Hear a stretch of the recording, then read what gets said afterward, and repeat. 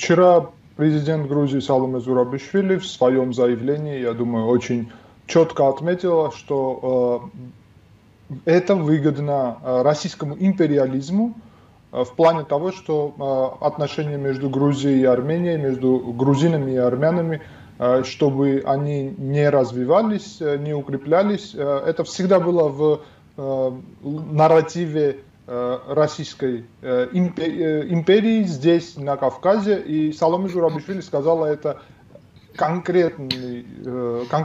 конкретной логикой в том, что сегодня Грузией правит российский олигарх Видина Иванишвили, и все те лица, которые являются марионетами его во власти Грузии, включая премьер-министра и так далее, кабинет министров, это российские агенты. Когда я говорю, что ответственность несут российские агенты, то да, люди, которые в Грузии за последние 3 месяца создали полицейское государство, которое арестовывает людей, пытает людей, которые используют всяческую непропорциональную силу для разгона манифестаций, мирных абсолютно, которые к активистам по домам ходят, везде камеры установили китайские с искусственным интеллектом и контролируют каждого человека в этой стране, устроили полный полицейский режим, они, оказывается, не смогли, вернее, не захотели обеспечить правопорядок на стадионе. Там не было полицейских фактически.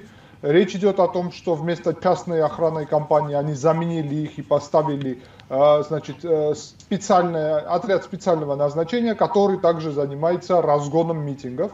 То есть именно тех людей, которые легко управляемы со стороны власти. И этот отряд, он просто не присутствовал в момент нападения на армянских болельщиков.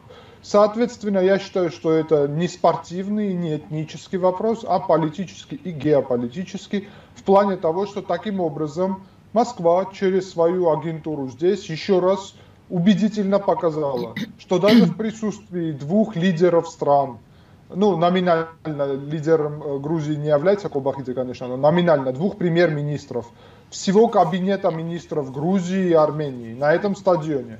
Если понадобится Москве и ее олигарху здесь, в Грузии, то там не будет обеспечен правопорядок, там будет создано антиармянское искусственное настроение, там будут использовать насилие против, в том числе, гостей армян, которые никаких значит, линий не пересекали, грани каких-то вот в процессе вот этого футбола и так далее, я имею в виду эмоциональных и так далее. Это абсолютно было не провоцировано. Об этом грузинская общественность сейчас дает четкую оценку. В первую очередь оценку дали на самом стадионе, где большинство кричало, что это стыд, то, что делает определенная группа хулиганов, можно сказать, достаточно молодого возраста, которые, вероятно, либо им дали эту возможность, чтобы они это сделали, либо в худшем случае они были целенаправленно туда отправлены именно для этого.